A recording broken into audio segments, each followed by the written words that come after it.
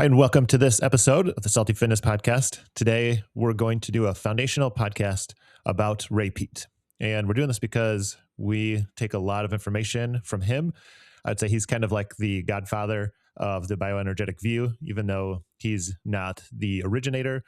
He is one that has moved the ball forward quite a bit.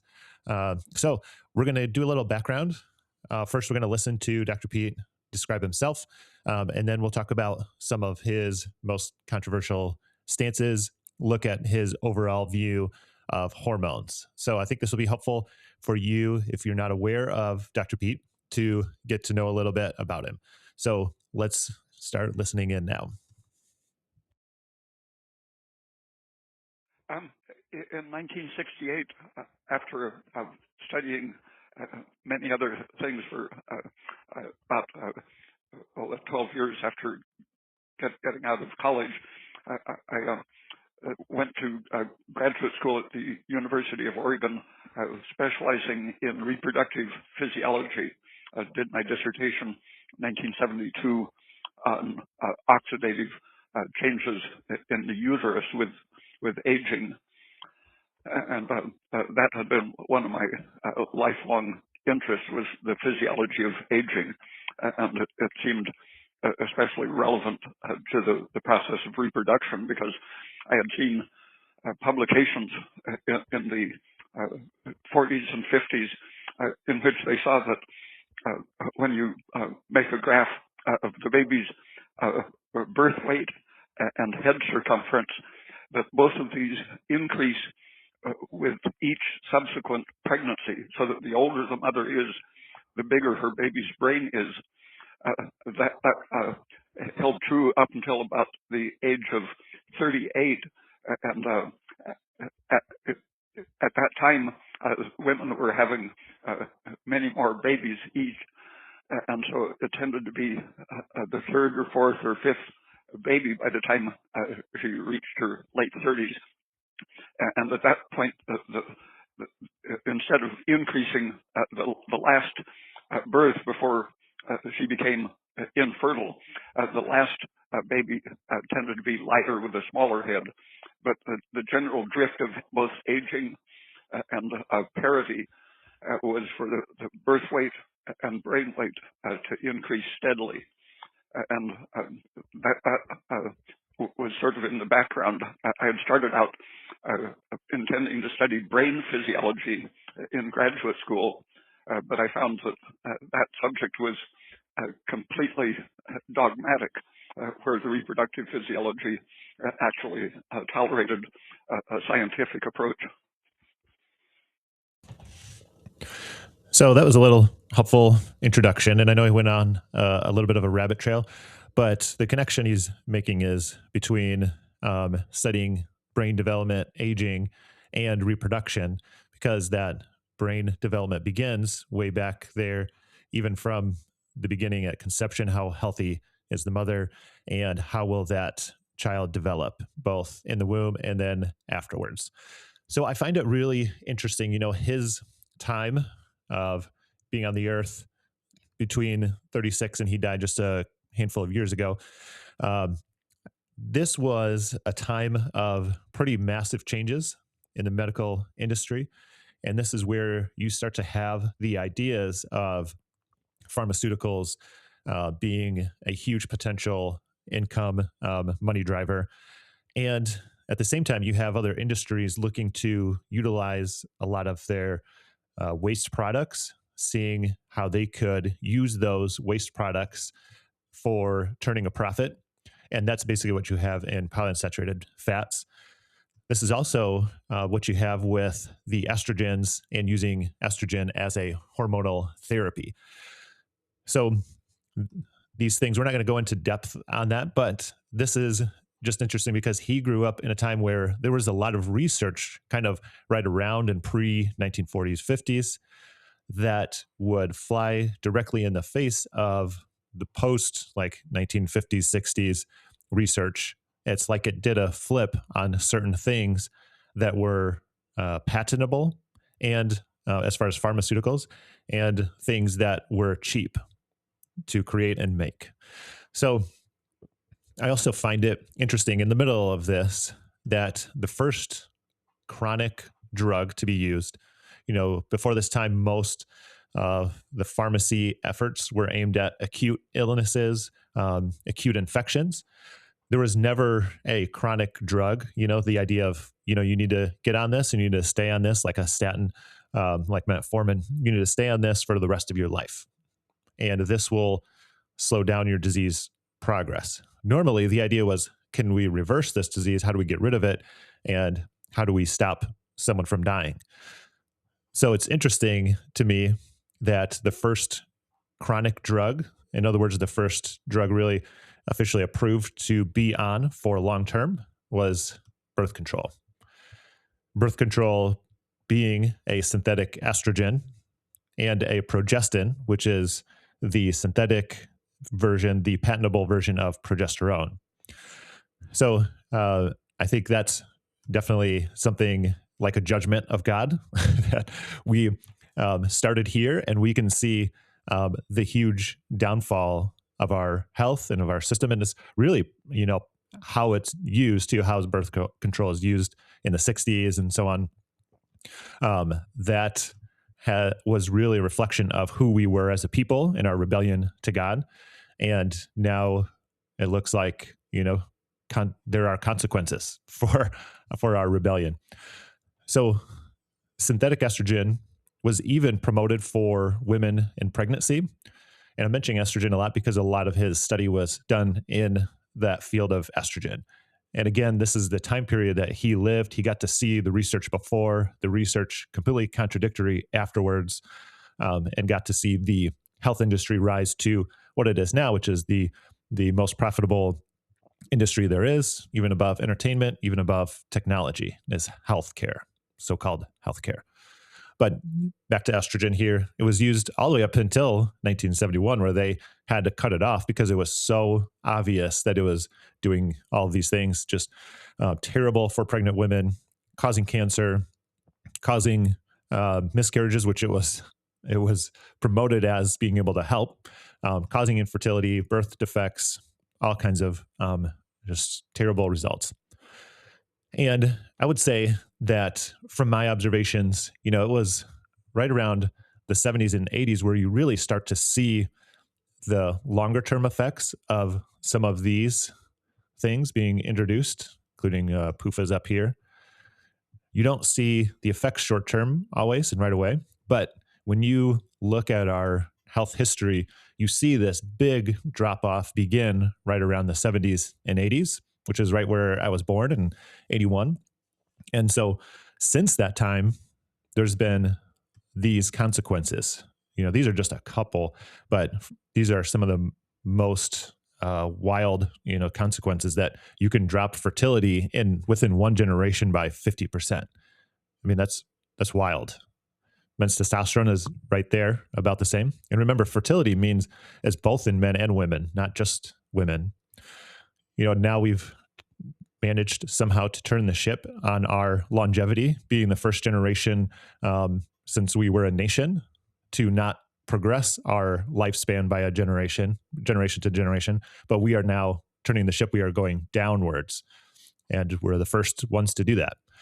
And obviously the massive upturn and all of this incidence of chronic disease and cancer, this is where, Ray Peat is unique in his approach of the idea that we have way more agency over our bodies, as opposed to the mainstream, especially big pharma view that wants to push genetics. And there's reasons for that. Number one, if the doctor tells you, you just genetically have high blood pressure, well, what are you going to do about it? You can't do anything about it. Don't try, just take our medication for life. That's the idea in short. So let's look at this. This is going to be fun. This will give you at least an idea of where he ended up with his research, with his findings. He expanded quite a bit off of just estrogen and reproductive health and aging, but it really just impacts everything. And you really catch that with this first quote, which is also on our site, where he says, "Energy is the central factor that determines structure, function, and repair of the human body. So our ability, our efficiency, our capacity to produce energy through the mitochondria, that is what powers the cell that God created to do what it was supposed to do, its job. So you have a liver cell, and the liver cell has a specific job. It will do its job to the degree that it has energy.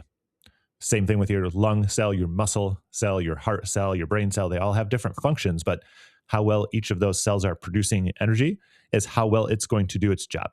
When it is despairing in energy and suffocating of energy, it goes down the long spectrum of a downturn all the way through all those chronic diseases, so-called autoimmune diseases, all the way down to cancer, where you have immature cells replicating.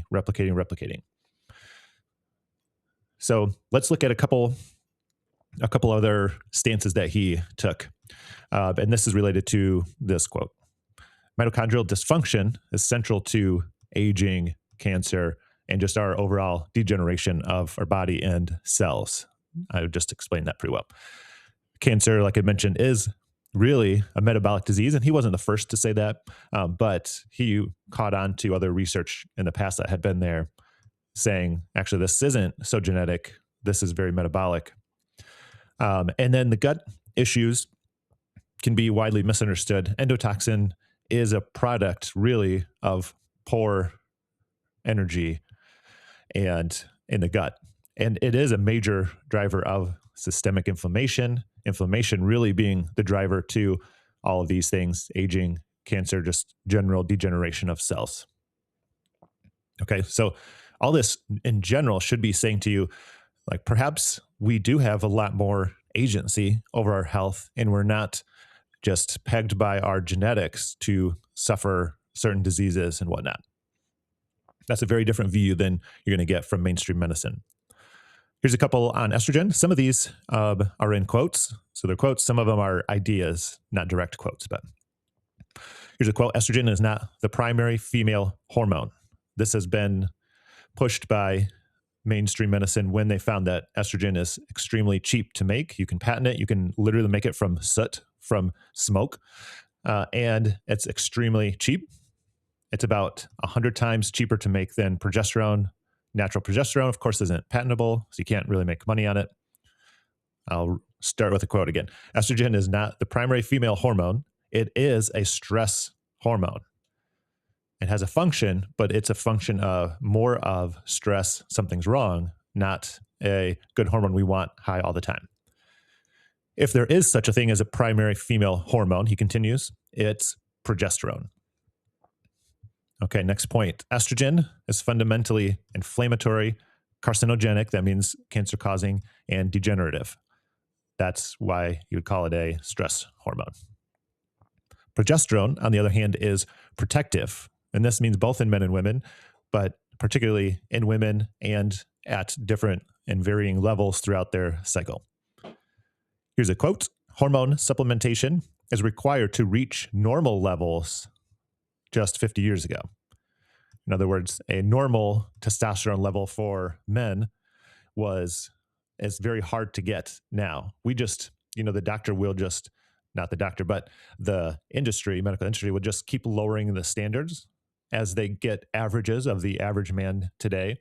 They just keep lowering that standard. So a very high testosterone in a man today was probably a very mid-range to low-range testosterone level in a man in 1980, So this deals with the idea of, like, some people are rightfully hesitant to say, oh, I don't know about taking hormones. Most of that, I think, is rightly feared because of what mainstream medicine has done with hormones, mainly using the stress hormones for treatment. So Ray was pretty keen on supplementing things like progesterone, pregnenolone, DHEA to a certain point. But a lot of people would fear that. But I would say that's because of how mainstream has used hormones, not a good way to use the actual youth-associated hormones. And we'll go over some of those in just a minute. Lastly, in this category, stress hormones like cortisol and adrenaline drive most chronic disease, including diabetes, heart issues, autoimmune diseases, all the way to cancer. Here's another one. This is a quote: "Light is healthy, darkness is unhealthy." And one of those things he's talking about with darkness, a darkness associated hormone, is perhaps surprisingly to some of you, serotonin. This is another big medical industry trick lie, is to say serotonin is the happy hormone. It is, in fact, what he would say harmful in excess and contributes to depression and disease. And we have a whole category of drugs that increase serotonin. These are called SSRIs. And that is a huge industry that is flying in the face of what Ray Peat would say about serotonin. Most psychiatric drugs, he would say, worsen long-term outcomes.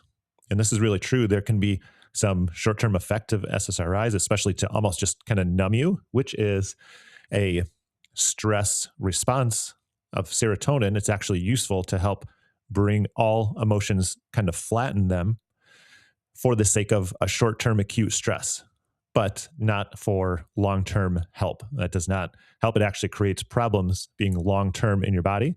Kind of like if you could imagine, using a generator, but using it inside of your house. It's not meant to be the primary source of electricity and power, but it not only is not very efficient, it also will end up causing more destruction in the end, if you have it in your house. Lastly, one more point in this area: learned helplessness, he would say, has a biological, not so much psychological basis. He would say our hormone, our milieu, our mixture of hormones is really a big part of learned helplessness, because again, that's a stress state and it's a compensation, should be an acute state, not a long-term state. But you have, huge money in these SSRIs, which are making people pretty much helpless kind of people and charging them money for it.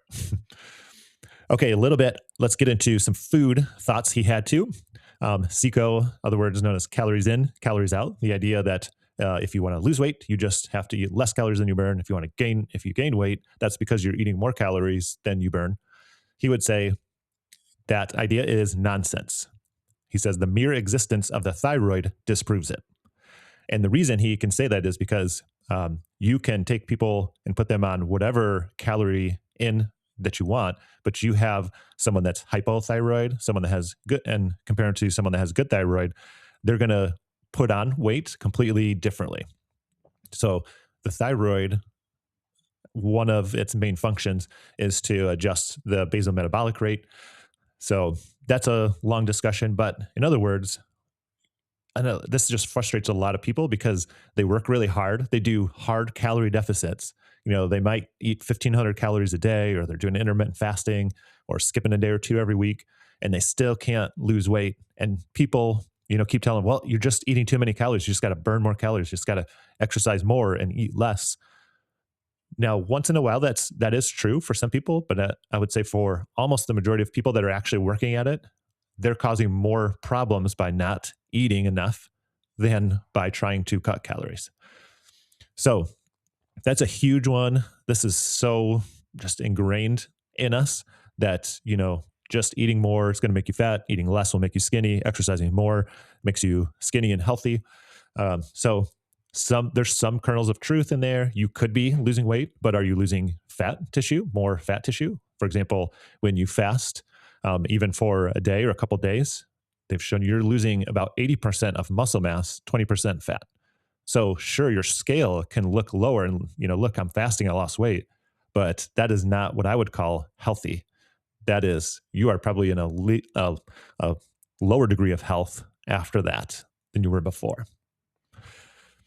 He would say, another one, thyroid function is widely misdiagnosed and undertreated. And I've heard him say, and this was, a couple of decades ago, that he would estimate maybe 60+% of people are hypothyroid because of our current environment, food, what we eat, but now also other things, plastics, lighting, all those things. So I'm sure it would be probably even more. Let's keep going. TSH, so that's the thyroid stimulating hormone, and this is the measure that all doctors are taught to use to measure thyroid function. Ray Peat would say TSH is an inflammatory hormone, so we don't want it high, and a poor marker of thyroid health. A very poor marker because you can be falsely high or falsely low for lots of reasons. He would say the best way to measure it, and he's really working off Rhoda Barnes' work on the thyroid. They would say by far the better marker is really just a basal thermometer. And you check your mouth temperature first thing in the morning. And if it's below 97.8, then you're probably, there's a good chance you're hypothyroid. And that's a much better marker than TSH. All right, I'm talking too much. I'm going to just blow through some of these next ones just to blow your mind a little bit. Okay, sugar is a superfood, he's quoted as saying. He also would say sugar is protective. It's anti-stress, especially when metabolism is impaired already or you're in a high stress state. Another quote, coffee, chocolate, sugar, ice cream are addictive, air quotes, because they're good for you. I love it. I'm just going to leave that where it is. Salads and vegetables are not health foods. Amen. Low carbohydrate and ketogenic diets are physiologically stressful long term. Low carb diets would be even things like carnivore, but definitely keto, especially. And I'm going to just leave it at that. He would say that all unsaturated fats, that means polyunsaturated fats, that's omega-6 fats, but also omega-3 fatty acids, the ones that almost everybody supplements. I think it's like the number 2 or 3 supplement in the country. All unsaturated fats are unhealthy and accelerate aging. Next quote, healthy gut microbiome, the so-called healthy gut microbiome, he would say is rubbish. There is no such thing. Yes, so lots to explain, but I'm giving you the overview of where he is, not explaining how we get to those conclusions. Carbon dioxide is a huge component for him and for this bioenergetic view, and is even more important than oxygen, he would say. Cholesterol is protective in opposition to what most mainstream medicine would say. Cholesterol is protective and necessary for hormone production. So we're talking about all the hormones, but especially like the thyroid hormone, your testosterone. These are all made from cholesterol. And actually, they've shown that, especially in aging men, the higher their cholesterol is, the better their health and longevity. So those are some controversial stances that he has taken with his life studies. Lastly, let's look at this overall picture of hormones and other substances that are generally considered good in his view versus those that are considered harmful. All right, so let's start with protective hormones, those that are good. Progesterone, especially for women, but for men as well. Pregnenolone, which is really like the godfather hormone. It's kind of the hormones, cholesterol start at pregnenolone, and then they can go into progesterone, they can go into DHEA and the others. So pregnenolone is kind of like the godfather. DHEA is important. This especially, though, needs to not be too high in men. This can get easily converted to estrogen if it's too high in men. So you do have to watch that one, guys.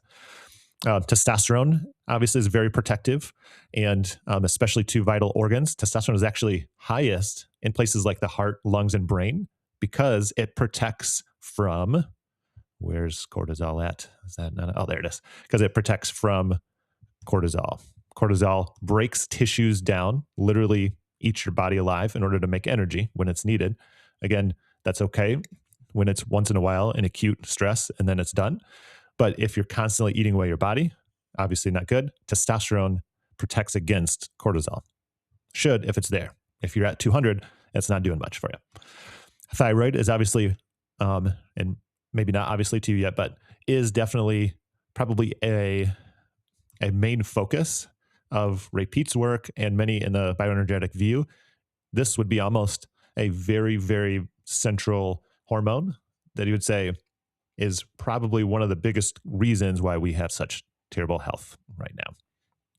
Now let's go on to insulin. This is maybe a surprising one. However, insulin does a great job when it's present at lowering these stress hormones. including glucagon down here as well. So this is why it's important to be regularly having some carbohydrates throughout the day. Will help push those stress hormones down.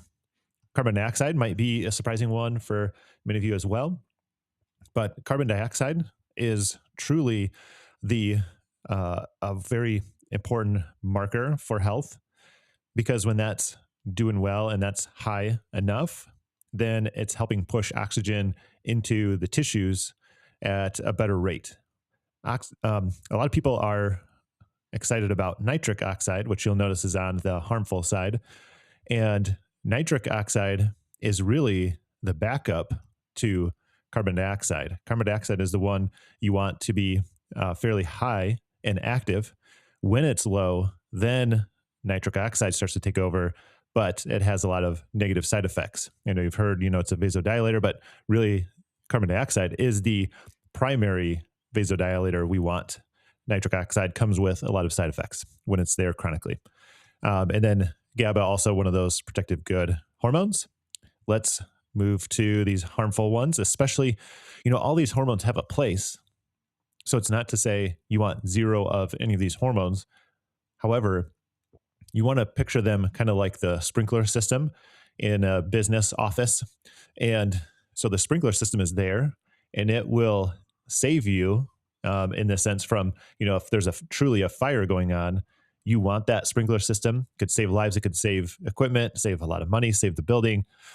However, when in excess or chronically there, it does more harm than good. It's a net negative. And in that analogy, you can imagine the sprinklers going off every day, even when there's not a fire. Now you're just destroying everything for no reason. And that's when these negative hormones don't know their boundaries. They push beyond and outside of their boundaries. And then they're active and suppressing all of these good hormones when they get out of control.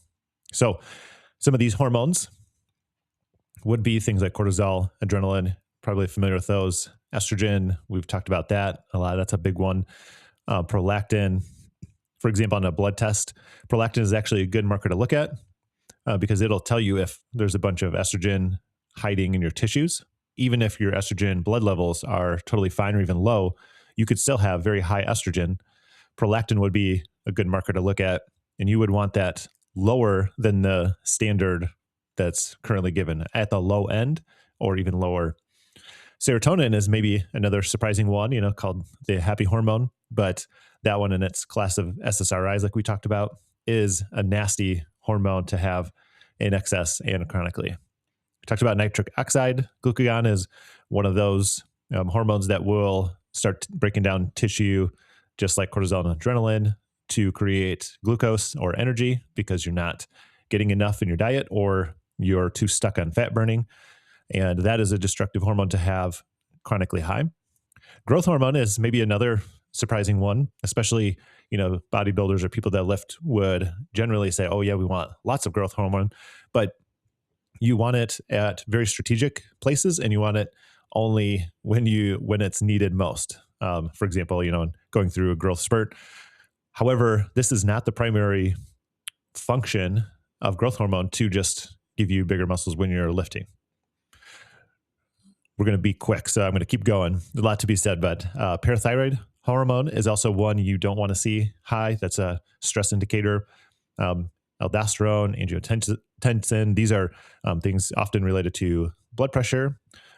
You don't want those working. If those are high in working, that means you have a problem. Your backup system is kind of on, the generator is on. And so you need to go fix the problem, which is usually due to, maybe surprisingly too, low salt intake in the diet. Okay, and then we've got TSH that we mentioned and histamine, of course. So hopefully this gives you a good big picture of Ray Peat, what he did, and some of those controversial statements, and the big overall view of hormones. We didn't talk about how they affect the body that much, but at least you get the idea of the kind of the good guys, the abundance type hormones, and then the ones that overstep their bounds and cause chaos, Those are the famine type hormones, and those are on the right side.